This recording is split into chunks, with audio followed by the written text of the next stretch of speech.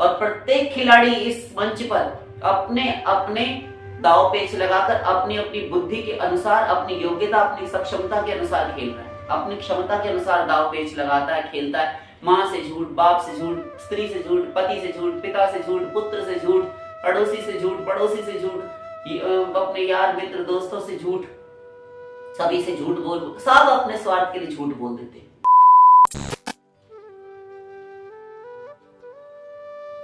जब चारों ओर से थपेड़े इस जीव को पड़ते हैं, जब लात, घूंसे, चप्पल, ताने, व्यंग्य, उलाहना, टीका, टिप्पणियां सभी जगह से, एक आध दो जगह से हम बात ही नहीं कर रहे, और ये भी नहीं कि तुम कोई नए जुड़े, 8-10 साल तो हो ही गए, ज्यादा हो गए। इतने सालों में जो तुम जुड़े हो, तुम्हें अब तक बहुत बताया गया, बहुत सुना होगा। यहाँ तो हम बैठे ठाले चलते फिरते इन सब विषयों पर बात कर लेते, कोई आज नया ही विषय नहीं है। तो बहुत बार बताया गया, बहुत बार, कितनी बार कहे, अगर हम गिनती करने बैठे तो कम से कम 100, 150, 250 बार तो बताया ही होगा। मोटा मोटा हिसाब लगा रहे हैं इतना। तो थपेड़े, लात, मुंह से चप्पल जो हमने कहा, तो इसका अर्थ ये है कि सभी की बहुत सुन ली, और कितने जन्मों में सुनी, ये अगर हिसाब लगाने चले तो वो भी अनंत है। ये भी बहुत बार बताया गया कि तुम सदा से थे, हो और रहोगे। भगवत प्राप्ति के बाद भी, परमेश्वर, भगवत प्राप्ति, ईश्वर की प्राप्ति, गोलोक प्राप्ति के बाद भी तुम्हारी सत्ता रहेगी, तुम रहोगे। क्योंकि ना सतो विद्यते भावो, ना भावो विद्यते सता। अर्जुन, सत्ता का अभाव कभी नहीं होता, सत्ता सदा रहती है। सत्ता कोई एक पर्सनालिटी है, तो तुम भी तो एक पर्सनालिटी हो, एक जीवात्मा तो हो, पर इसको हल्के में मत लो, क्योंकि ईश्वर का अंश है।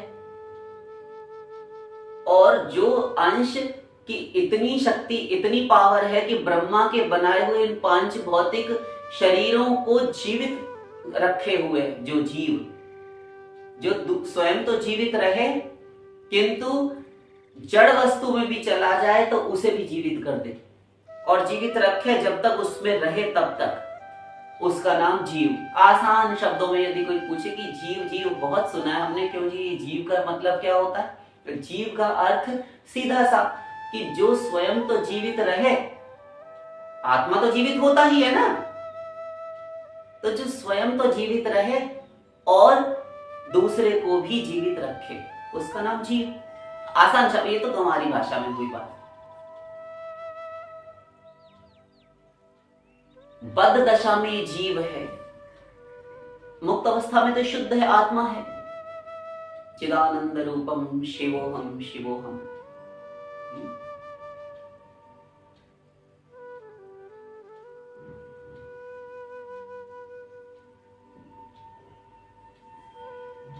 चेतन अमल सहज सुख राशि, बहुत सुना।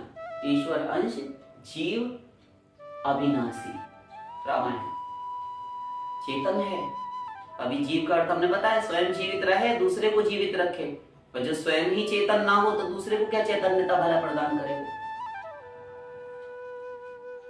चेतन का अर्थ जानते हो, जो कुछ, जिसमें क्रिया हो, जिसमें कुछ हरकत हो, जिसमें कुछ स्फुरण हो, जिसमें कुछ शोभ हो, कुछ हलचल हो। जड़ वस्तु तो एक जगह पड़ी रहे तो सालों वर्षों पड़ी रहे, वो तो डोल ही नहीं सकती। चेतन, इसमें चैतन्यता नित्य है, अमर, कोई गंदगी नहीं, शुद्ध है ना जीवात्मा, अपने आप में शुद्ध है। और सहज सुख राशि, नेचुरल इसमें सुख है। तो वो हमारा विषय नहीं है, तो बहुत बार सुना हुआ है। हाँ, तो स्वयं जीवित रहे और दूसरे को जीवित रखे। तो ये जीवात्मा सदा से इस संसार में चला आ रहा है और लात घूसे चप्पल खाया। हमारे प्रश्न के उत्तर पर आएंगे, तो सदा से इसने दुख ही दुख पाया, क्योंकि अनंत जन्म ये भी सुना है, कोई भी विषय नया नहीं है। अनंत जन्म ये भी सुना है, जब ये गया अलग अलग योनियों में, विभिन्न शरीरों में गमनागमन किया, देह प्रत्यंतर इसने देहांतर किया, अलग अलग शरीर बदले कर्मानुसार। तो उसके हिसाब से जहां भी, जिस भी शरीर में गया, जिस भी योनि में इसने जन्म लिया, उसी योनि के लोग या उसी योनि के प्राणी इसके माता पिता हो गए। किंतु इसने लात घूंसे चप्पल जो हम कह रहे हैं उसका अर्थ यह है कि सबकी बुरी बुरी सुनी, सबके अत्याचार सहन किए, सबके इंगित पर इशारों पर नाचना पड़ा। यही तो कर रहा है ना। क्योंकि अगर सत्य देखें, तत्व की दृष्टि से देखें, अगर गहराई में एक बार हम छाती पर हाथ रखें, यदि सोचें, तो एक चीज निकलकर सामने आती है। क्या? वो ये कि यहां प्रत्येक प्राणी एक दूसरे का इस्तेमाल कर रहा है, उपयोग कर रहा है। ऐसे नहीं समझ में आ रही? हमारी बात पर सिर मत हिलाओ, दिमाग से सोचो, हमारी बातों में मत आना, खुद से सोचो कि सही कह रहे हैं या नहीं। हर कोई एक दूसरे का सदुपयोग करे, दुरुपयोग करे, लेकिन कर रहा है, एक दूसरे से ही जीवित है। कैसे? कभी सोचना। और प्रत्येक जीव स्वार्थी है। स्वार्थी, स्व अर्थ अपना मतलब, स्व अर्थात मैं, मेरा, मैं का मतलब, स्व अर्थात मैं, आत्मा, और अर्थ मतलब अपना मतलब निकले।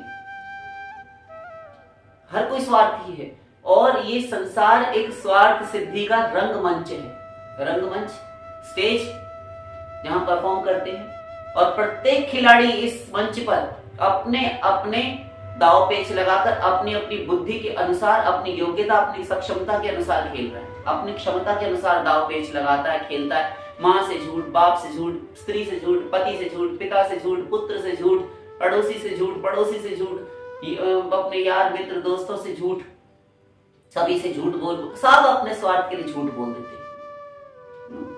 और ये इस प्रकार संसार चल रहा है, कभी ठीक, कभी बेठीक, कभी बहुत ठीक, कभी बहुत खराब, जिस किसी भी तरह से धक्के मार मार के सबके जीवन में, सबके घरों में, सबकी गृहस्थियों में अपनी अपनी जिंदगी, जीवन चल रहा है। तो ये अनंत जन्म तक दुख सहा, पाया, तो ये सारे दुख सहता चला आ रहा है।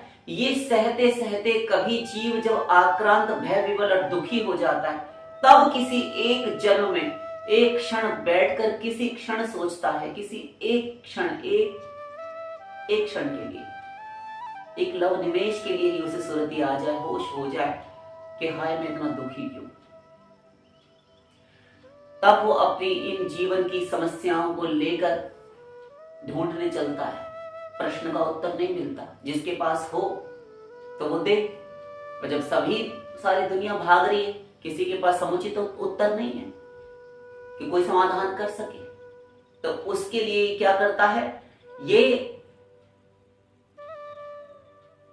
भागता फिरता है कि कहीं मेरे अशांत अतृप्त मन को मुझे संतोष मिल जाए, आत्मिक शांति मिल जाए। यत् किंचित शांति की तलाश में, शांति के अन्वेषण में ये ढूंढता फिरता है चहुओर। अब तक जो ढूंढता था तो मृग मरीचिकाएं थी, दूर से रेत चमक रही थी सूर्य रश्मियों के कारण, तो मृग को लगा, जब संतप्त था मरुस्थल की भूमि से और प्यासा, तो उसे लगा कि वहां अवश्य ही जल होगा। पर वो गया, वहां जाकर देखा तो पानी नहीं था। तो लगा था कि मृग मरीचिका अर्थात सूर्य की रश्मियां पड़ने से रेत के कण चमक रहे थे, उसे लगा कि ये जल होगा। ऐसे ही मैं इस संसार में थपेड़े खाता रहा, माँ से, बाप से, स्त्री, पिता, पुत्र, पति इत्यादि से हम लोग सुख ढूंढते रहे, मांगते रहे, अनंत जन्म हमने गंवा दिए, लेकिन सुख मिला नहीं। किसी पदार्थ से, जड़ चेतन दोनों की हम बात करें, सुख नहीं मिला। तो अब वो सुख है कहां, इसकी तलाश प्रारंभ करता है। और जब वो तलाश प्रारंभ करता है, जब वो खोजने निकलता है सुख वास्तव में है कहां, वास्तव में तभी मुमुक्षा जागृत होती है। क्योंकि वास्तविक सुख तो यहां धरा नहीं। यदि होता तो अनंत जन्मों से जीवात्मा भ्रमणशील है ना इस संसार में, अद्यावधि सुख का लवलेश प्राप्त नहीं हुआ आज तक। और यदि होता तो मिल ही गया होता, और जो मिला वो तो तत्क्षण छिन गया, ये कुछ देर बाद छिन गया। ये भोग विषय पदार्थों का या फिर रिश्ते नातों का, इस संसार के सुखों की हम बात कर रहे हैं, ये तो इनका सच है। सुख जो मिलता है, जो भासता भी है यत्किंचित, थोड़ा सा, थोड़ी देर को, वो भी सदा रहता नहीं, छिन जाता है। दुख का आधिपत्य हो जाता है उस पर दुख फिर अपना पुनः अधिकार कर लेता है। और सुख आप लोगों को बताया गया है कि इस संसार का नश्वर है, सदा नहीं टिकता, अनित्य है। और जो वास्तविक सुख होता है वो भूमा होता है, अनंत होता है। प्लस कभी मिलने के बाद छिड़ता नहीं, फिर उत्तर उत्तर बढ़ता चला जाता है। वो तो है ईश्वरीय आनंद, क्योंकि ईश्वर स्वयं आनंद है, ये भी बताया जा चुका है। तो जब कभी वो थक जाता है, परेशान हो जाता है, तब कोई एक विरला जीव इन अनंत कोटि विश्व ब्रह्मांडों में से, अनंत जीवों में से कोई एक जीव जो भाग्यवान होता है, वो जीवात्मा ही इस संसार को नमस्कार कहकर अब वास्तविक शांति की खोज में निकलता है कि मिलेगी कहां। यद्यपि अभी उसे जीवन मृत्यु के प्रश्नों का समाधान या हल उत्तर नहीं पता, वो बताने के लिए तो अभी उसको गुरुकरण की आवश्यकता है, किंतु उसको एक प्यास अवश्य जागी है, एक मुमुक्षा जागी है कि बस अब इन दुखों से मुझे मुक्ति मिले, निजात मिले, छुटकारा मिले, हम बरी हो जाए। ऐसी जिज्ञासा आना कि मैं हूं कौन और किस लिए यहां भटक रहा हूं, ये प्रश्न कहीं ना कहीं उसको रह रहकर परेशान करते रहते हैं। और दुखों से परेशान होता ही है वो, तो इनसे छुट्टी लेने के संकल्प लेकर कि इनसे हम मुक्त हों। इस संसार की दुनियादारी में बहुत देख लिया, दुख ही दुख है, यहां सुख तो मिलने से रहा, बहुत देख लिया। वास्तव में यदि कोई परेशान हुआ हो, हम उसकी बात कर रहे हैं, जब ऐसा संयोग बन जाए तो मुमुक्षा जागृत होती है, और ऐसा ही मुमुक्षु जीव जो होता है वही आध्यात्मिक मार्ग में आता है।